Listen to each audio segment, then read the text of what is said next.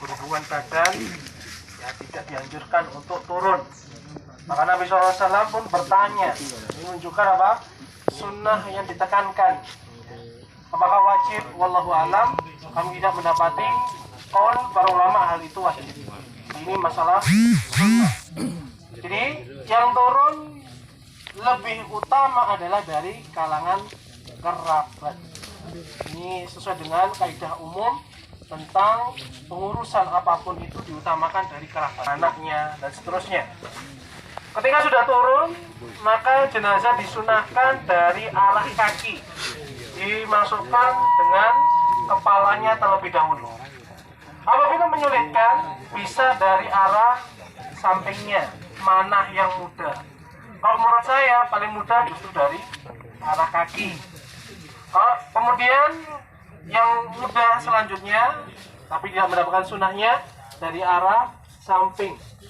Kalau dari sini muter nanti berat. Ya. Oleh karena itu bisa kita praktekkan. Silakan turun. Diusahakan orang yang kuat 3 orang. Lubangnya ini di tengah gitu boleh? Boleh. Ini namanya syak.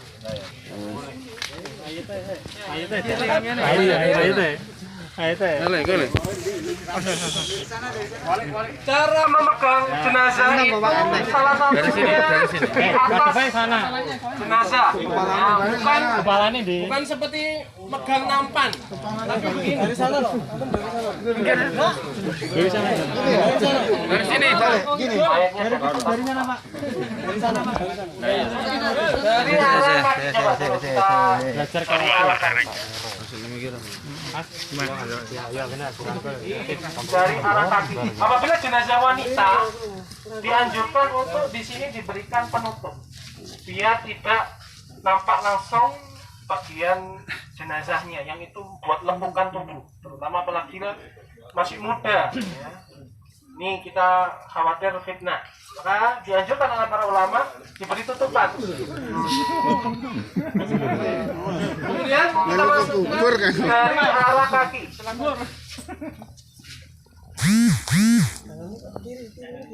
Nah, jadi cara Kanan di atas, kanan di atas. nah, mana yang kuat itu yang paling bawah. Kemudian ketika meletakkan bagian yang sudah dalam ini mengucapkan Bismillahi wa ala sunnati Rasulillah, atau dengan lafaz yang lain, riwayat yang lain, Bismillahi wa ala millati Rasulillah sallallahu alaihi wasallam. Manapun semuanya ada riwayatnya. Kita letakkan ya. Nah, ahsantum.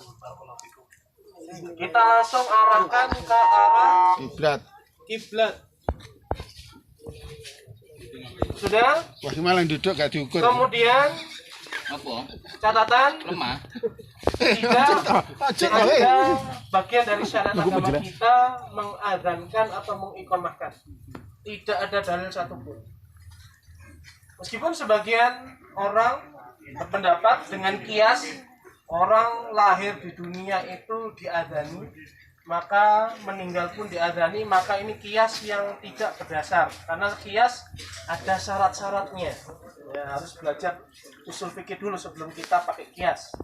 Kemudian adapun lahir diadzani, ini dipersisikan para ulama hadisnya antara Hasan dan Dhaif. Adapun mengiqamahi bayi yang lahir, hadisnya palsu semua.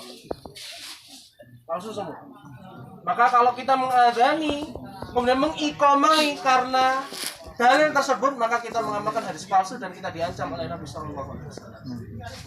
Kemudian setelah ini tidak ada adzan, dibuka tali pocongnya. Apabila mudah, misalnya dalam peti jenazah, Ustaz, ya kalau nggak bisa dibuka, ya sudah. Karena tali pocong ini faedahnya hanya untuk supaya aurat tetap terjaga. Jadi setelah diarahkan ke arah kiblat, kemudian baru dibuka, baru kita ambil papan setelahnya. Sudah dibuka? Ya, ambil papan untuk nutupi bagian atasnya. Kalau di syak itu di atasnya. biar jenazah tidak langsung kena tanahnya. Papan goib ini. Genteng. Inilah ini termasuk sunnah. Diamalkan terus menerus oleh kaum muslimin. Kalau pakai gelu itu juga kayak Bulatan tanah itu buat ganjal. Itu hanya untuk supaya jenazahnya nggak balik menghadap telentang. Itu hanya untuk mengganjal aja. Jadi boleh mau dibuatkan bantal dari tanah liat, boleh, hukumnya bebas umum. Maksudnya tidak terikat dengan syariat kita. Jadi itu termasuk bagian dari menjaga supaya posisi jenazah tetap menghadap kiblat. Dan sekali lagi menghadap kiblat ini sunnah yang dilaksanakan oleh kaum muslim terus menerus. Apabila ada jenazah misalnya dalam peti nggak bisa diarahkan ke arah kiblat, maka sudah fattaqullaha mastata'tum. Itulah yang disyariatkan. Tidak perlu bongkar petinya atau petinya kita guling. Jadi cukup apa adanya. Kemudian keluar dan setiap kaum muslimin yang hadir 3 taburan dari arah kepala seterusnya. Habis itu bergantian.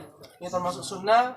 Kita berusaha untuk mencari pahala sebaik-baiknya, sebanyak-banyaknya, dan mudah-mudahan kita termasuk orang-orang yang beramal soleh. Amin. Sudah selesai, maka disunahkan untuk pertama kita membuat gundukan seperti punuk, setinggi 1 jengkal, 1 langkah. Kemudian tidak perlu ada bunga, karena sebagian orang yang berdalil disyariatkan atau disunahkan bunga berdasarkan perbuatan Nabi dengan memberikan kelopak kurma, maka kita jawab bahwasanya para sahabat tidak pernah melakukannya. Seandainya mereka yang pernah lihat Nabi SAW, semisal Ibnu Abbas atau Anas bin Malik, tentunya mereka akan melaksanakan sebagaimana Nabi SAW, tapi mereka tidak melakukannya. Ya. Kemudian setelah itu kita disunahkan juga membuat tanda, entah itu 1 atau 2, pokoknya tanda bahwasanya di sini ada kuburan kaum muslimin. Entah itu dengan nisan, dengan batu, dengan kayu, dengan batu bata ringan, pakai genteng. Yang tidak boleh adalah pertama memberikan tulisan. Dan para ulama membahas ketika ditanya bagaimana dengan tulisan bahwa si fulan namanya. Ini para ulama sebagian mengatakan mutlak haram, sebagian mengatakan makruh. Ya, maka kita cukupkan dengan dalil yang ada. Yang penting ada tanda. Ya, tanda bahwasanya di situ ada kuburan kaum muslimin sehingga tidak boleh dihinakan, tidak boleh diduduki, tidak boleh salat menghadapnya, tidak boleh menginjaknya dan seterusnya. Kemudian apabila dalam tanah itu ada tulang kaum muslimin yang lainnya misalnya, wajib untuk tetap memuliakannya, tidak boleh dipatahkan. Nah, ada larangannya. Kasri abdul mayyit kasrihi fi hayatihi. Atau kama Nabi SAW mematahkan tulang belulang mayit ketika sudah mati itu semisal ketika masih hidup. Jadi hukumnya sama, haram, dosa. Kemudian kita kuburkan bersama kaum muslimin yang kita kuburkan. Jadi kita harus apa? Tetap memuliakan, mengembalikan sebagaimana posisinya semampu kita. Kemudian untuk memadatkannya boleh kita menaburkan air, ya, tanpa harus kembang. Dan ini disampaikan oleh Ibnu Qudamah Al-Maqdisi rahimahullah dalam kitab Al-Mughni untuk memadatkan tanah, karena di sana ada tanah yang kosong sehingga mesti lebih tinggi biar padat. Nanti apabila kayunya sudah dimakan rayap tidak terlalu bahasa kita ambles gitu ya, turun. Ini faidah yang dapat kami sampaikan. Setelah itu termasuk sunnah adalah mengingatkan kaum muslimin yang hadir untuk mendoakan maghfirah dan tasbih. Ya, Nabi SAW bersabda dalam hadis yang banyak, "Salillaha li akhikum at-tasbih wal maghfirah." Mintalah kepada Allah untuk saudaramu ini tasbih, kekuatan untuk menjawab pertanyaan munkar dan nakir, dan mintakan ampunan. Sebenarnya para ulama menjelaskan disunahkan ketika kita sebelum meninggalkan pemakaman kaum muslimin untuk mendoakan Allahumma ighfir lahu, Allahumma tsabbithu. Boleh kita mengulang-ulangnya, Allahumma ighfir lahu wa tsabbithu, Allahumma ighfir lahu wasabbithu, terus boleh. Ya, ini adalah sunnah. Dan bukan termasuk sunnah senantiasa setelah penguburan itu ada ceramah. Ini bukan sunnah, karena Nabi SAW tidak melakukannya terus-menerus. Kadang-kadang beliau melakukannya, kadang-kadang tidak. Kemudian ada perselisihan dari kalangan para ulama, apakah disyariatkan setelah kita menguburkan, sebelum pergi kita mentalkin mayit. Ya, mereka berdalil, lakinu mautakum la ilaha illallah, man kana akhiru kalamihi la ilaha illallah dakhala jannah. Ini dari dalil ini diperselisihkan. Sebenarnya para ulama mengatakan dianjurkan untuk mentalkin mayit ketika sudah dikubur. Nabi SAW dan sahabatnya pun 1-2. Namun yang dilakukan Nabi SAW tidak melakukannya. Begitu pula Khulafaur Rasyidin tidak pernah melakukannya. Maka ini perkara ijtihadiyah. Maka kami memilih petunjuk Nabi adalah khairul huda huda Muhammadin sallallahu alaihi wasallam. Sebaik-baik petunjuk adalah petunjuknya Nabi sallallahu alaihi wasallam. Beliau tidak mentalkin mayit. Karena talkin mayit itu adalah kaitannya dengan dalil setelahnya. Kenapa? Man kana akhiru kalamihi la ilaha illallah dakhala jannah. Dan mayit tidak mungkin mengucapkan la ilaha illallah di alam barzakhnya karena sudah selesai amal hidupnya. Ini yang menguatkan bahwasanya pendapat para ulama yang tidak mentalkin, begitu pula mengajari menjawab pertanyaan munkar dan nakir, tidak pernah dibawakan oleh para ulama dari sahabat ataupun Nabi SAW. Maka perkara ini kita kembalikan kepada dalil. Kalau ada kita amalkan, kalau tidak kita cukupkan. Wallahu a'lam. Mungkin ini dulu yang dapat kami sampaikan.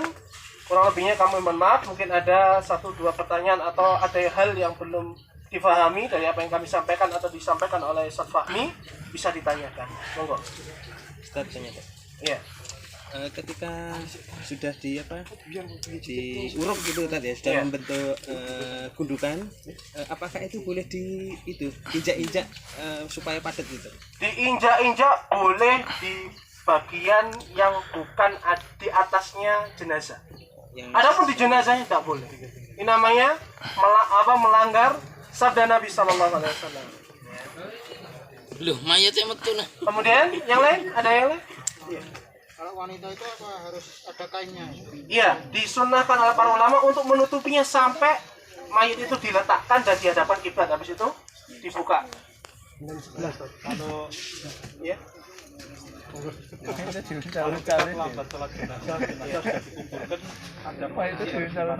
Ya, maka sholatnya ada di sini menghadap sana, kiblat. Ya. Iya, di depan antara kita dengan kiblat. Jadi di sini. Iya, ini. ada harus di kepala atau bagian perut? Ya, kembali kepada asal. Apabila jenazahnya laki-laki maka di arah kepala, apabila wanita maka di arah dada atau perut. Ya. Yang sunnah setelah apa menutup dengan papan tadi Ustaz? Yang sunnah untuk kaum muslimin apa? Menyebabkan dari kepala sampai Tanah. Jadi setiap yang hadir disunahkan ambil 3 cakupan untuk ditabur di jenazah mayit itu. Semuanya boleh ya? Iya, disunahkan semuanya. Iya, jadi kepala 1, tengah, atau semuanya dari arah kepala sini 3 kali. Intinya adalah menabur 3 taburan. Wallahu a'lam. Ada yang lain? Cukup? Manfaat kepada kita. Kurang lebihnya kami mohon maaf. Dan semoga Allah SWT menjadikan ini semua sebagai amal kebaikan kita, kebaikan bagi kaum muslimin, bagi bangsa dan negara kita, Indonesia. Kurang lebihnya kami maaf dan kami izin pamit kembali ke Sidoarjo. Mudah-mudahan Allah berikan kesempatan untuk kita berjumpa lagi. Kalau tidak ya berjumpa di surganya Allah SWT.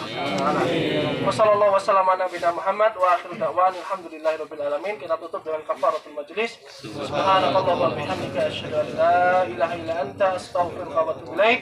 Wassalamualaikum warahmatullahi wabarakatuh. Waalaikumsalam. Jazakallah khairan pada Ustaz Abdul Malik.